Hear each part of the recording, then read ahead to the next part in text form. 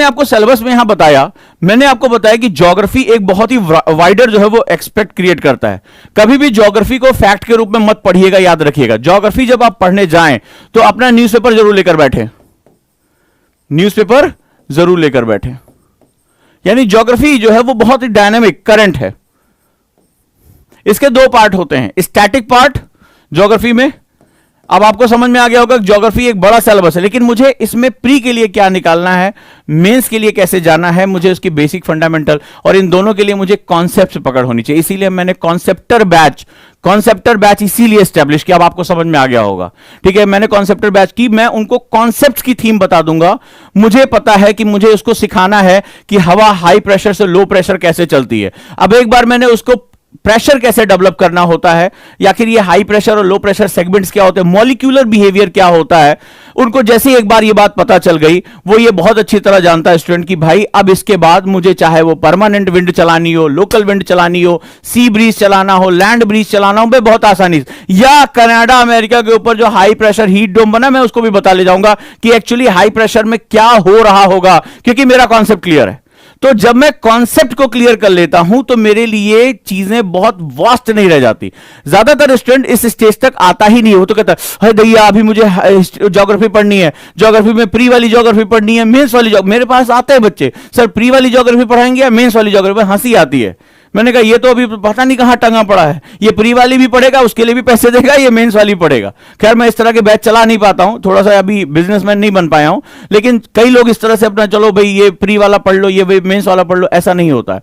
Concept सिर्फ concept होते हैं, याद रखिएगा। So we have to develop concept first, उनके हमें बेसिक कॉन्सेप्ट निकालने पड़ते हैं, फिर हमें उस पर एप्लीकेबल पार्ट को बिल्डअप करना पड़ता है, यानी मैं इसको अप्लाई कैसे करूंगा। जैसे मैंने अभी बताया हीट डोम का कॉन्सेप्ट कि अमेरिका कनाडा में भयानक गर्मी पड़ी, अब आप उसको याद कर लोगे भैया इतने लोग मर गए, इतना टेंपरेचर बढ़ा, लेकिन सवाल है कि वहां पर हाई प्रेशर डोम कैसे जनरेट हुआ, और हाई प्रेशर जब जनरेट होता है तो हवाएं ऊपर की तरफ उठती हैं, नीचे की तरफ बैठती हैं, और जब नीचे की तरफ बैठती है तो वहां मौसमी दशाएं यानी कि वेदर कंडीशंस क्या क्या होती हैं। एक बार मेरे को ये कॉन्सेप्ट समझ में आ गया तो भैया अर्बन, कल को अभी दिल्ली में जो है वो क्या बन जाएगा, जो है दिल्ली में हीट आइलैंड्स बन जाएंगे, वहां हीट डोम बन गया या हीट आइलैंड्स बन जाएंगे। बोले मुझे पता है कि इसका कॉन्सेप्ट क्या है, ये कैसे काम करेगा और ये क्यों बन रहा है, ये जो ढक्कन बना वो किस तरह से बना, मुझे उसका कॉन्सेप्ट पता है।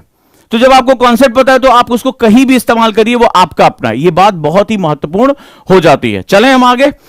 तो यहां पर हमेशा पढ़ते समय जो भी है, मैं फिर से झाड़ू, जो मेरे पुराने बच्चे उनके लिए मैं फिर साफ सफाई कर रहा हूं इस समय, ठीक है। रामू काका पहुंच चुके हैं और वो क्या हो रहा है, साफ सफाई कर रहे हैं, स्ट्रेटजी ठीक करो, वापस इस के डायनेमिक पार्ट की तरफ आओ और इसके स्टैटिक पार्ट को समझने की, बैलेंस करने की कोशिश करो।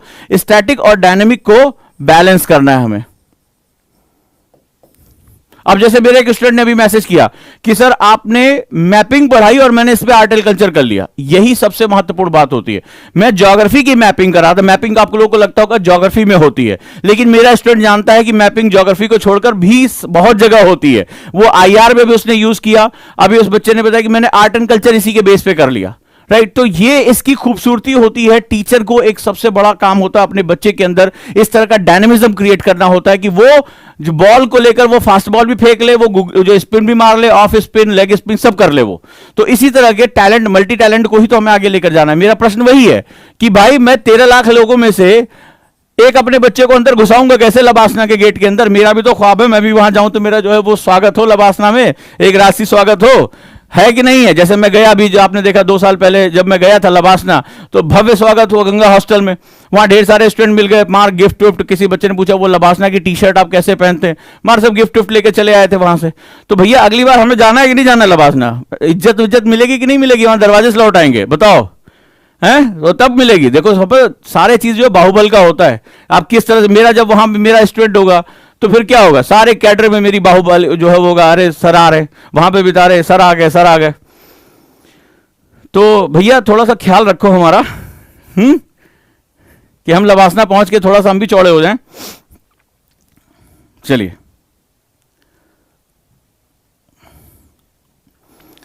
हम अब आ जाते हैं, कल हम लोगों ने इसके 2 पार्ट में डिस्कस किया, geomorphology, climatology. Now we are going to discuss about the oceanography. आज के लिए बड़ा इंपॉर्टेंट है, समुद्र विज्ञान कहते हैं, यानी हमें इसमें समुद्र के अंदर जो परिवर्तन है, जो विज्ञान है, जो लॉजी है, हम उसके बारे में बात करनी पड़ेगी। तो ओशिनोग्राफी में हम बात करें तो ग्राफी वर्ड हम यूज करते हैं जब हम उसकी भू आकृतियों के बारे में बात करते हैं, वर्णन के बारे में बात करते हैं।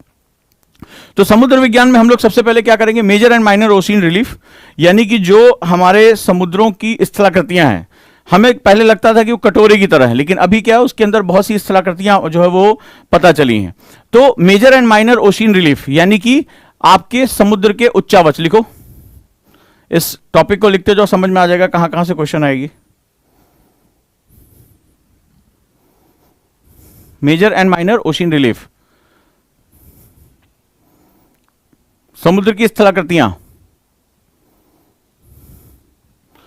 अब marginal seas of the world, right, marginal seas of the world, इसको सही कर लो, marginal seas of the world, संसार के सीमांत समुद्र। कई समुद्र ऐसे हैं जो लगातार चर्चा में बने रहते हैं, जैसे आपने देखा होगा भूमध्य सागर, मेडिटेरेनियन, अभी आपने देखा स्वेज नहर में वो जो जहाज एवर जो है वो उसका जो है बवाल चला।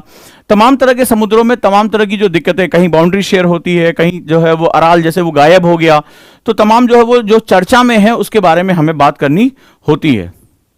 नेक्स्ट वन, ओशिनिक करंट, समुद्री धाराएं। अब अगर तुमने देखा होगा कनाडा में और अमेरिका में हीट डोम बना, सुना तो होगा ना, इन लोगों को पहली बार 49 डिग्री सेल्सियस जो है मौज मौज में पता चला, इतनी गर्मी, ग्लोबल वार्मिंग। इस हीट डोम के पीछे सबसे बड़ा कारण जानते हो क्या था? और वहां था गर्म समुद्री हवाएं पहुंच गई, यानी ओशिनिक जो एयर थी वार्म, जो इन धाराओं के माध्यम से चली, वो वहां पहुंच गई।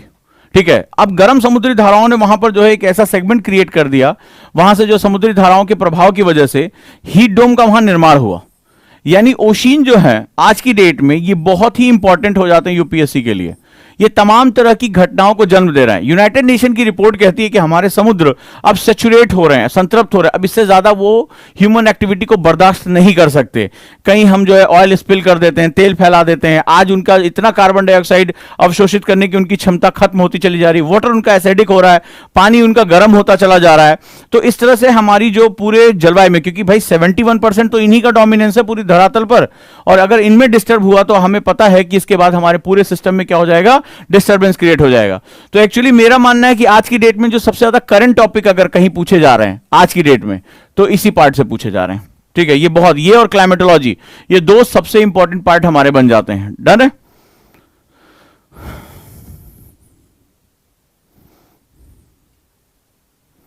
मयंक ने लिखा सर आपने सोलर फ्लेयर्स पढ़ाया था। अच्छा, हाँ ठीक है। और मैं अपने दोस्तों को समझा रहा हूं, आज एक बड़ी घटना होने जा रही, सोलर फ्लेयर्स एंटर कर रहा है, और सबको पता है इलेक्ट्रोमैग्नेटिक वेव्स आएंगी, और हमारा जो सिस्टम है, रडार सिस्टम, सैटेलाइट सिस्टम, ये मैं अपनी क्लास में ऑलरेडी पहले ही पढ़ा चुका हूं। ठीक है, करंट में जाने से बहुत फायदे होते हैं। ठीक है, उसके फायदे आपको धीरे धीरे पता चलेंगे। कई बार ये लगता है कि ज्योग्राफी जैसा स्टैटिक सब्जेक्ट है, इसमें तो बहुत पुराने नोट से टीचर भी पढ़ा देते हैं कई बार। ये बहुत ही अपडेटेड पार्ट है। ये आज की डेट में हम बहुत ज्यादा खोज कर रहे हैं अपने विज्ञान के बारे में। आप देखिए कल गैलेक्टिक अटलांटिक का रिचर्ड ब्रांसन वो अंतरिक्ष चला जाता है, और एक जो है वो अंतरिक्ष टूरिज्म की एक आधारशिला रख देता है। मैं रिचर्ड ब्रांसन को बहुत समय से फॉलो करता चला रहा हूं, उनकी बुक मुझे जो है screw it just do it मेरी बहुत फेवरेट बुक में से एक है। राइट, और वो व्यक्ति जिसे डिसलेक्सिया नाम की बीमारी थी, आज वो दुनिया के सबसे ताकतवर लोगों में, सबसे प्रसिद्ध लोगों में से एक है। अब आप देखिए हम क्यों अंतरिक्ष में जाना चाहते हैं। इधर एलॉन मस्क मंगल के लिए जो है निकल पड़े हैं, अभी जेफ बेजोस वो भी कुछ समय बाद निकल जाएंगे अंतरिक्ष की तरफ। आखिर हम क्यों कर रहे हैं? क्योंकि ये लोग लीडिंग हैं, ये पॉइनियर हैं, ये टेक्नोलॉजी में भी हमसे बहुत आगे, हमारी सोच से उनको पता है कि आगे आने वाले क्या परिवर्तन हो रहे हैं। हम ब्रह्मांड के बहुत से रहस्य को खोज रहे हैं। ऑब्वियस ही बात है, ज्योग्राफी यहां पे बहुत इंपॉर्टेंट रोल प्ले करता है। नेक्स्ट वन, आगे बात करें temperature distribution of the ocean, यानी कि समुद्रों का, लिखो समुद्रों का ताप वितरण बहुत इंपॉर्टेंट हो जाता है, और ये आज की डेट में बहुत बड़ा कॉज बन रहा है। ये बहुत ही इंपॉर्टेंट टॉपिक है। पूरे संसार के जलवायु परिवर्तन के पीछे जो हिडन फैक्टर है, हम एक्चुअली जलवायु परिवर्तन में हवा और मौसम को डिफाइन करते हैं, लेकिन जो ओशियंस होते हैं उसकी करंट्स और टेम्परेचर डिस्ट्रीब्यूशन, ये पूरे दुनिया की जो वेदर सिस्टम है, जो उनका क्लाइमेटिक सिस्टम है, उसको डिफाइन करने में ये सबसे इंपॉर्टेंट होता है। ये छुपा रुस्तम है जो करता तो है लेकिन इसका नाम नहीं लिया जाता। ठीक है, दैट्स वेरी इंपॉर्टेंट।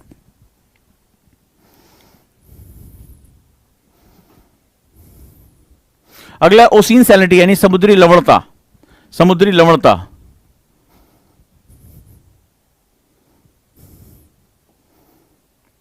टाइड्स, ज्वार, कोरल रीफ, प्रवाल और प्रवाल विरंजन, कोरल ब्लीचिंग, प्रवाल और प्रवाल विरंजन, that is one of the most important topic. ये दोनों टॉपिक बहुत इंपॉर्टेंट है और एग्जाम के लिए प्री और मेंस दोनों में हमें जो है इसकी जरूरत पड़ती है।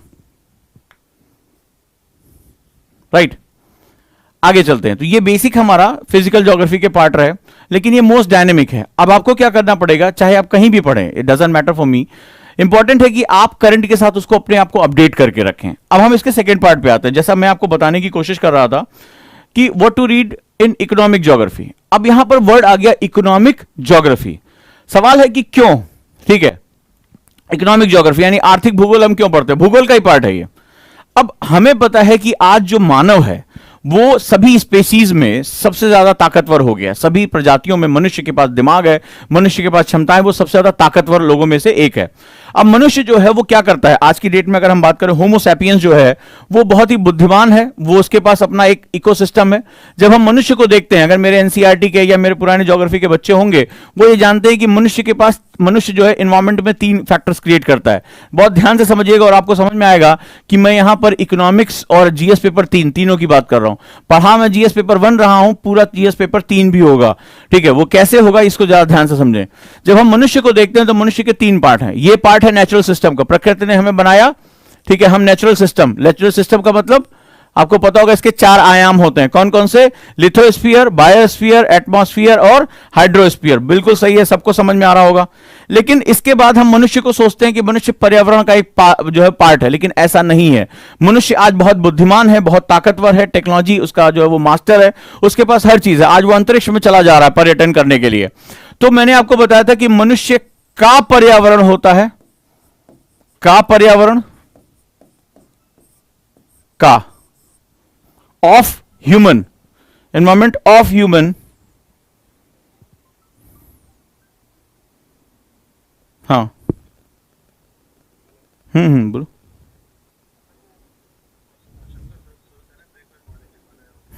कर दो, लेते जाना। का पर्यावरण और द्वारा पर्यावरण,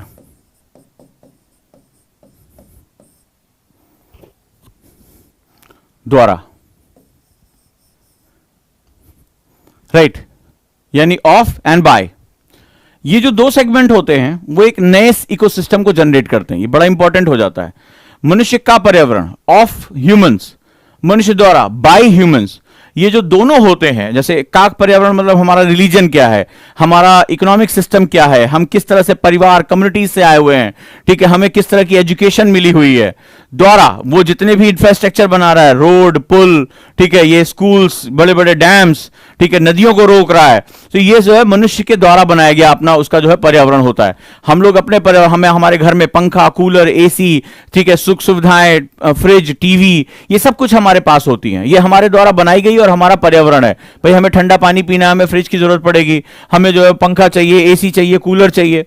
लेकिन हम क्या कर रहे हैं, हम इसको अपने साथ, ये हमारे पर्यावरण का हिस्सा, हम इनके साथ ही अनन्य क्रिया में रहते हैं। लेकिन ये जो चीजें होती हैं, का पर्यावरण और द्वारा पर्यावरण, राइट, ये दोनों जो है वो नेचुरल सिस्टम के ऊपर एक लोड क्रिएट करती हैं और हमारे पास एक अलग सिस्टम जनरेट हो जाता है जब मनुष्य अपना ये सिस्टम बनाता है। इकोनॉमिक ज्योग्राफी की नीड यहीं से हमारी शुरू होती है, का पर्यावरण, द्वारा पर्यावरण, राइट। तो इकोनॉमिक ज्योग्राफी, और हम क्या करते हैं, इसमें जो सबसे बड़ा सिस्टम एनर्जी मैटर यहां से उठा लेते हैं, नेचुरल एनवायरनमेंट से, पर्यावरण से। तो अब इसकी वजह से हमारे एक डायमेंशन क्रिएट हो, बड़ा ध्यान से समझना। तो यहां से हमारी एक नई ज्योग्राफी का जन्म होता है, इसके हम लोग आर्थिक भूगोल कहते हैं। यानी यहां पर जो वर्ड ज्योग्राफी है, बड़े ध्यान से समझना कि कितने लोगों ने इसको पहले यह शब्द सुना होगा, आर्थिक भूगोल, कितने लोगों ने सुना होगा?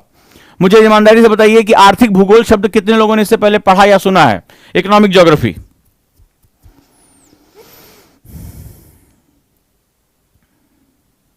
कितने लोगों ने? पढ़ने और सही ढंग से पढ़ने के बीच का अंतर मैं आपको आज बता देता हूं।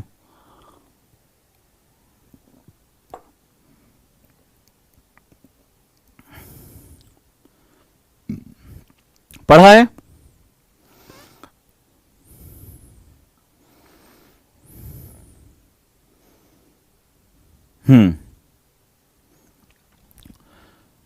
अब यहां जो वर्ड ज्योग्राफी, इसको समझा देता हूं। यहां वर्ड जो ज्योग्राफी है, इस ज्योग्राफी का मतलब है I am taking resources from nature. बात ध्यान से समझना, मैं अपने संसाधन, आई एम टेकिंग रिसोर्सेज, मैं अपने संसाधन भूगोल से प्राप्त कर रहा हूं, मैं प्रकृति से ले रहा हूं। भूगोल के अंदर सब कुछ आ गया। मैं स्थल मंडल से ले रहा हूं, जो हमारी खाने हैं, हमारी जहां खुदाई होती है, यहां पर हम उसको देखते हैं। मैं वायु से ले रहा हूं, मैं जल से ले रहा हूं, और मैं जैव से ले रहा हूं, यानी बायो से ले रहा हूं। मुझे पेड़ पौधे, कृषि, ठीक है, जानवर, पशु, ठीक है, हमें जल, हमें वायु, हमें स्थल मंडल के, हमें खनिज, ये सारी चीजों की जरूरत पड़ेगी। इकोनॉमिक ज्योग्राफी इटसेल्फ सेज, ध्यान से समझना, कि मैं अपने संसाधन भूगोल से प्राप्त कर रहा हूं। और भूगोल का मतलब ये हो गया, यानी मैं प्रकृति से इसको लेने की कोशिश कर रहा हूं, नेचर से इसको फेच कर रहा हूं। राइट? मैं ये क्यों ले रहा हूं, मैं ये कहां से ले रहा हूं, ये मुझे पता चल गया। मैं क्यों ले रहा हूं? क्योंकि इसमें मनुष्य, इसकी एक आर्थिक वैल्यू है। ठीक है, आर्थिक वैल्यू। प्रकृति ने तो जल बनाया, उसके लिए क्या है? जल एक घटक है। प्रकृति ने वायु बनाया, वायु का आर्थिक दोहन करेगा, आर्थिक उपयोग और आर्थिक उपभोग। उपयोग, यूज, और उपभोग, कंज्यूम, दोनों करेगा। राइट? समझे? इसीलिए इसको कहा जाता है economic geography. That is led by, जिसका नेतृत्व एंथ्रो करता है। कौन करता है? मनुष्य करता है। याद रखिएगा, दो शब्द के अंदर सारी कहानी आ गई है। यानी मनुष्य अपने समस्त पर्यावरण के साथ, अपने संसाधन के, मनुष्य द्वारा, यानी कि ऑफ एंड बाय, ये दोनों यहां पहुंचेंगे। ज्योग्राफी से वो अपने रिसोर्सेज उठाएंगे, प्रकृति के संसाधनों का दोहन करेंगे, यूज करेंगे, कंज्यूम करेंगे, और एक सिस्टम को डेवलप करेंगे। क्या डेवलप करेंगे? एक इकोनॉमिक सिस्टम को डेवलप करेंगे।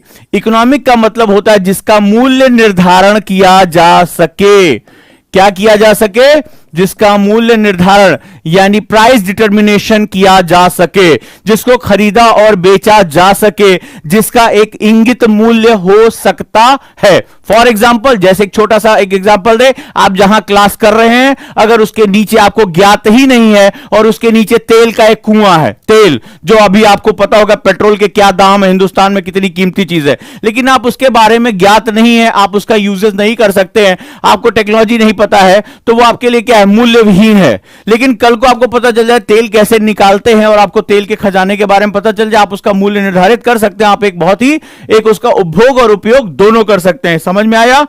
Right? This is one of the most important चीज जिसका हम मूल्य निर्धारण कर सकते हैं। यानी भूगोल का प्रयोग करते हुए मूल्य निर्धारण की प्रक्रिया से मनुष्य अपने पर्यावरण की जो स्थापना करता है, वही इसके अंतर्गत आता है। क्लियर है? ये छोटा से शब्द के अंदर पूरी कहानी छुपी हुई है। तो मैं यहां पर क्या करूंगा? मैं उपयोग और उपभोग, कंज्यूम दोनों करूंगा और एक इकोनॉमिक सिस्टम को जन्म दूंगा। अब मुझे बताओ सिस्टम क्या होता है? मेरे सभी स्टूडेंट को पता होगा कि सिस्टम वर्ड भी अपने आप में एक बड़ा महत्वपूर्ण होता है। इसीलिए मैं कॉन्सेप्ट पे बहुत फोकस करता हूं। मैं कॉन्सेप्ट की डेप्थ में जाकर जो है पढ़ाने की कोशिश करता हूं कि एक बार आपको कॉन्सेप्ट समझ में आ जाए। अब आपको समझ में आ गया होगा कि सिस्टम कोई एक शब्द नहीं है, सिस्टम कोई एक एब्सोल्यूट चीज नहीं है। सिस्टम की परिभाषा मैंने आपको दे रखी है। जितने भी बच्चे एनसीईआरटी के कॉन्सेप्टर के पुराने बच्चे जो भी मुझे सुन रहे होंगे, वो ये बात बहुत अच्छी तरह जानते हैं कि सिस्टम वर्ड को भी मैंने उन्हें समझाया है। इसीलिए जहां भी पढ़िए, जैसे भी पढ़िए, कॉन्सेप्ट्स के साथ पढ़िए, शब्दों के साथ खेलना शुरू करिए। यूपीएससी में इन्हीं शब्दों की सबसे ज्यादा वैल्यू होती है।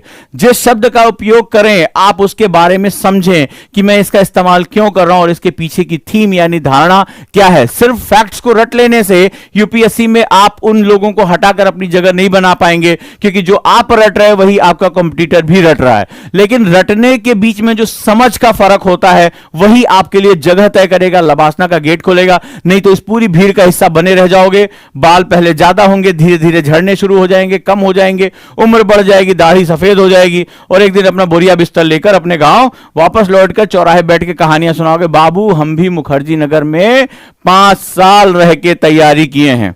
ठीक है, तो अच्छा अच्छा जो नए लड़के आएंगे वो भैया अच्छा अच्छा, तो बताओगे बकलोल हम बताते हैं तुम्हें कैसे हिस्ट्री पढ़नी है। तो वो कहानियां सुनाने के लिए तुम नहीं बैठे हो, तुम भारत के प्रशासनिक सेवा का हिस्सा हो, भारत की पुलिस सेवा का हिस्सा बन के राष्ट्र की सेवा करो तो ज्यादा अच्छा है। चौराहे पे बताने वाले बहुत से लोग हैं। डन, क्लियर हुआ?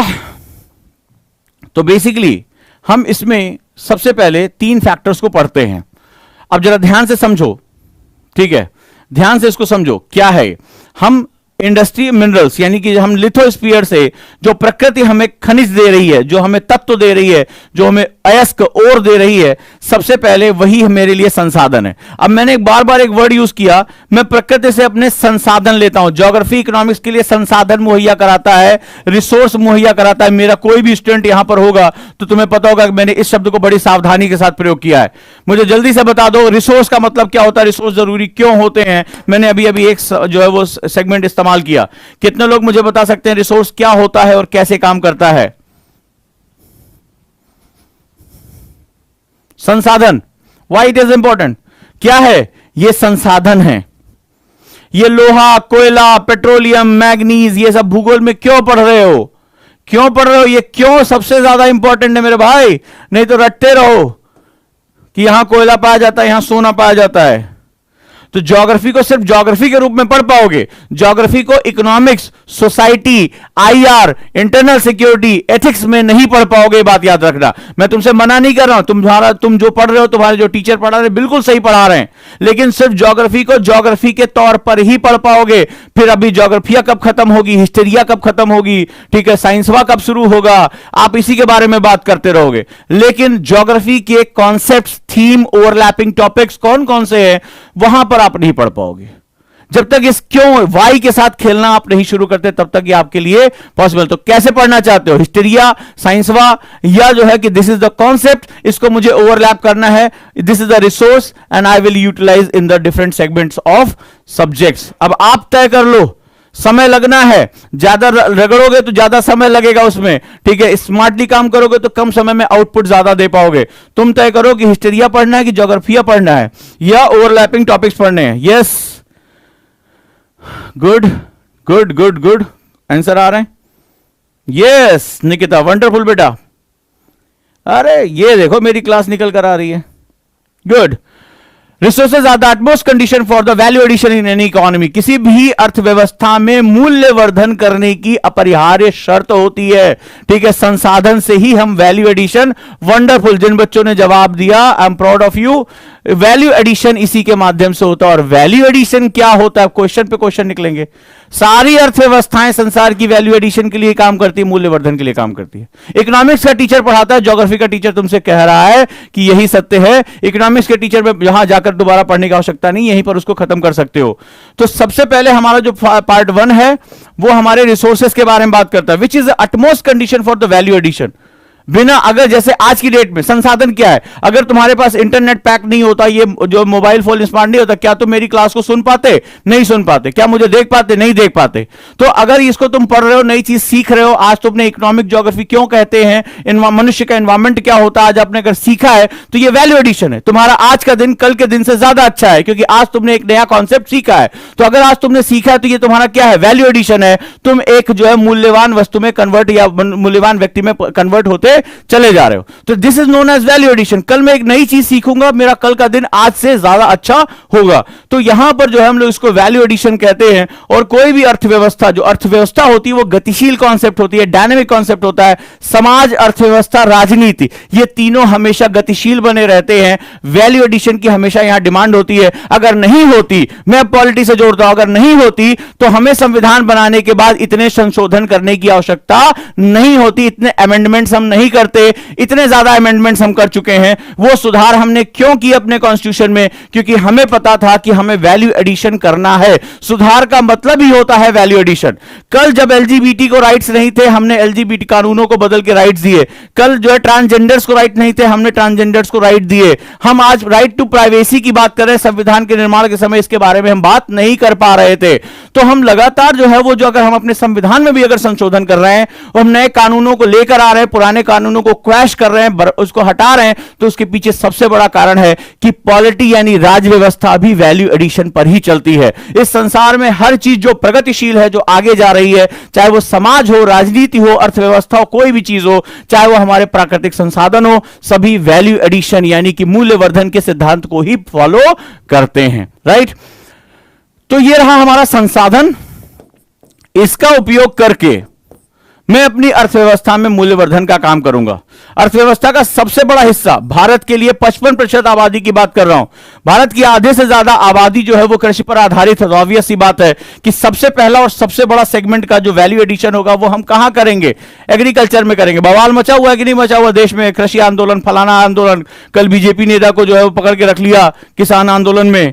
ठीक है, तो ये सारी चीजें जो आजकल पढ़ रहे होगे तुम लोग, वो कहां से पढ़ रहे होगे? वो यहीं से तो पढ़ रहे होगे। फिर हम इस संसाधनों का उपयोग करके अर्थव्यवस्था की नींव को रखना शुरू करेंगे। अपनी उद्योग, अपनी इंडस्ट्री, अपनी माइनिंग, इसके हम जो है बेस बनाएंगे दोस्तों। तो ये चीज होती है। जब तक अब आपको इंटरेस्ट आने लगा होगा, मैं इतना जानता हूं, आज आपको इस क्लास में बहुत सी चीजें समझ में आई होंगी जो इससे पहले आपने, मैं जानता हूं कि इसमें से बहुत से लोगों ने इसको पढ़ा होगा, कहीं ना कहीं ये सिलेबस जरूर देखा होगा, कहीं ना कहीं इकोनॉमिक ज्योग्राफी शब्द जरूर पढ़ा होगा, अर्थव्यवस्था, ये माइनिंग, इंडस्ट्री, ये सब शब्द जरूर सुने होंगे। ब्रह्मा दूसरे गोला से नहीं आए हो कि किसी का हाथ पकड़ोगे तभी सीख पाओगे। ठीक है, यहां पर भी तुम्हें पता होगा ये चीजें, लेकिन ये क्यों है? या तो तुमने पढ़ा नहीं या तुम्हें किसी ने बताया नहीं। आज जब तुम्हें क्यों समझ में आने लगा तो तुम्हें तार जुड़ रहे होंगे। किसी के तार आज उड़ गए होंगे और किसी के आज जुड़ गए होंगे। ये दोनों बहुत अच्छा है। उड़ गया होगा यानी पुराना ढांचा मैंने ढा दिया, अब मैं अपना नया ढांचा बना पाऊंगा, नया कॉन्सेप्ट आपको एस्टेब्लिश कर पाऊंगा। और जिनके जुड़ गए वो तो खैर भैया अपना प्रोसेसिंग शुरू करें, उनके लिए तो अब लबासना का सफर बहुत आसान है। तो जो अगर जुड़ गया तो अच्छा, उड़ गया तो अच्छा, मेरे लिए दोनों अच्छा है। तो अब आपको लिंक समझ में आ रहा होगा, यार हम ये चीज हम सिलेबस देखते तो थे, हम पढ़ते क्यों थे इसको? जब हमें क्यों मिलना शुरू हो जाता ना तो हम अपने आप प्रोसेस में हम चले जाते हैं। हम प्रोसेस में चले जाते हैं। क्यों? ये हमारी ह्यूमन टेंडेंसी होती है। ये ह्यूमन टेंडेंसी होती है। आप 10 बार देखते हो, कहीं आपको रास्ते में ऐसे सामने सामने 2 नोट गिरे मिल जाए तो पहले एक उठाते हो, फिर थोड़ा सा यार देखते हैं, और फिर क्या होता है अपने आप नजर इधर, कहीं एक तो नहीं गिरा हुआ है। क्यों? बिकॉज तुम्हारे दिमाग में अगले लिंक बन गया। तो जो क्यों होती है वो खोज की लिंक पैदा करती है। टीचर अगर इस क्यों को पैदा कर दे ना तो स्टूडेंट इतना टैलेंटेड होता है, स्टूडेंट के अंदर इतना इग्नाइट होता है। एपीजे अब्दुल कलाम साहब ने लिखा था इग्नाइटेड माइंड, वो इतना उर्वर इस समय इस उम्र में दिमाग होता है। टीचर को खाली क्यों पैदा करना है, यहां पे क्यों यहां पर स्टैब्लिश कर दिया, स्टूडेंट का दिमाग अपने आप भागेगा, अपने आप भागेगा, वो अपने आप ही लिंक पकड़ लेगा। ये बहुत सिंपल सा बिहेवियर होता है। क्लियर? मजा आया? यही कॉन्सेप्टर बैच है। डेप्थ में जाके खोदूंगा मैं, ठीक है, जोड़ूंगा या तोड़ूंगा, लेकिन इतना जानता हूं कि इसके इतनी जल्दी तुम्हें नहीं छोड़ूंगा। ठीक है, तो अब इसके मेरे साथ सफर में चलना है। तो पुराने बच्चों के लिए मैं बार बार रामू काका बन के आऊंगा, धूल झाड़ूंगा। चलो सही करो, चलो सही करो, बुक नहीं बुकलेट पे पहुंचो। ठीक है, थीम जो है, थीम पकड़ो, टॉपिक पकड़ो, थीम पकड़ो, छोटे से छोटे पॉइंट में करो, कॉन्सेप्ट पकड़ो, ओवरलैप करो, ओवरलैप करो। यही तुम जाओगे अभी एग्रीकल्चर, यहां देख रहा हूं ज्योग्राफी का सिलेबस दिखा रहा हूं, चले जाओ जीएस पेपर 3 देख लेना। आज इकोनॉमी का सिलेबस, जीएस पेपर 3 इकोनॉमी का सिलेबस देख लेना। कहोगे अरे दैया ये ज्योग्राफी पढ़ते पढ़ते तो हमारा 90 नंबर वहां भी निकल गया, 250 में से 90 नंबर तो वैसे निकाल लेके चले जाओगे। ठीक है, तो अब यहां पर क्या होगा, अगली चीज बचेगी, केवल आंसर राइटिंग स्किल तुम्हें जनरेट करना है। यानी अगर तुमने जो पढ़ लिया उसको डिलीवर करने का तरीका तुम सीख गए, भैया लबासना का गेट ऐसे खुलेगा आराम से। ठीक है, बढ़िया रेड कारपेट के साथ। और नहीं तो क्या होगा, जाके वहां खड़ा, ए हमें भी दे दो एडमिशन, नहीं भगा देगा वहां पे। तो क्या करना होगा, बस तुम्हें अब इसके साथ आंसर राइटिंग का बेहतरीन मेथड सीखना होगा, तुम्हारे लिए चीजें आसान हो जाएंगी। और कल मैं आ रहा हूं ऐसे ही आंसर राइटिंग तुम्हें सिखाने के लिए। राइट? तो चलिए हम लोग अब सफर शुरू करेंगे। हम लोग शुरू करेंगे कॉन्सेप्टर का सफर। अब एक एक टॉपिक पे जो मैंने बताया है वहां से मैं फिजिकल ज्योग्राफी के साथ शुरू करूंगा। राइट? डन? लो भैया, जितना मन करे उतना जूम करा लो। ठीक है, जिंदगी तो इस समय पिंच पे काम करी, उंगलियों पे काम करी। काश जिंदगी में भी ऐसे उंगलियों से काम चल जाता, पर ऐसा होता नहीं है, वहां बड़ी मेहनत करनी पड़ती है।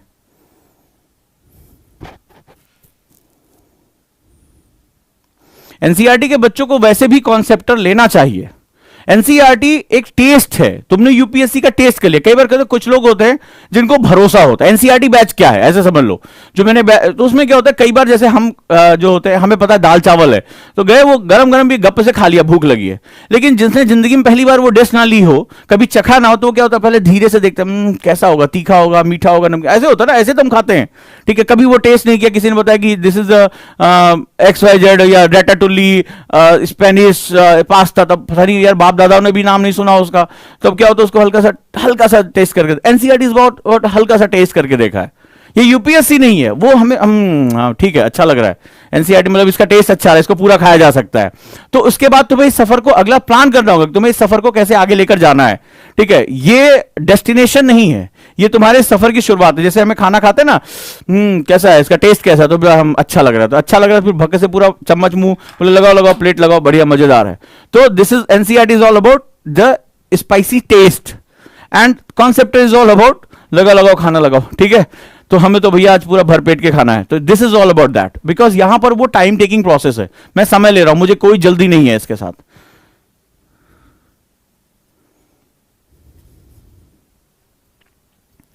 डन।